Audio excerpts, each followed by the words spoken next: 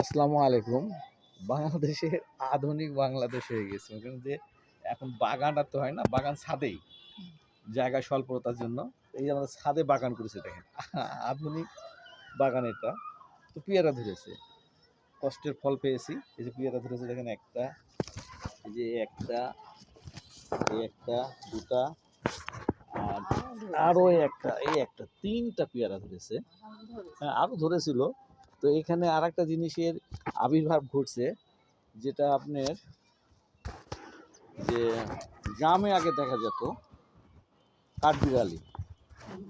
এই কাঠবিড়ালি পেয়ারা তুমি খাও, সেই কাঠবিড়ালি অত্যাচারে মনে করেন অনেক পেয়ারা ওরা নষ্ট করেছে, খুব অত্যাচার করে।